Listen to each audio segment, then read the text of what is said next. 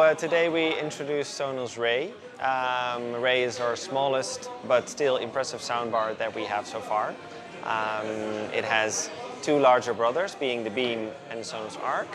And with Ray you get incredible sound for your TV, but also when it's off. So whether you want to enjoy music or movies or games, this makes you get a more immersive experience.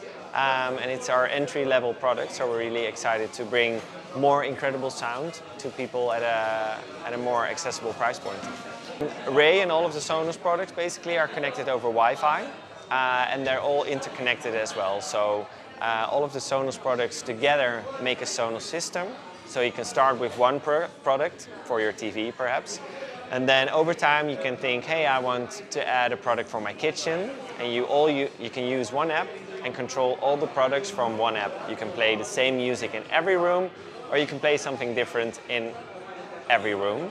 It depends, whatever you want, and whatever the case you have at home justifies what you want to play.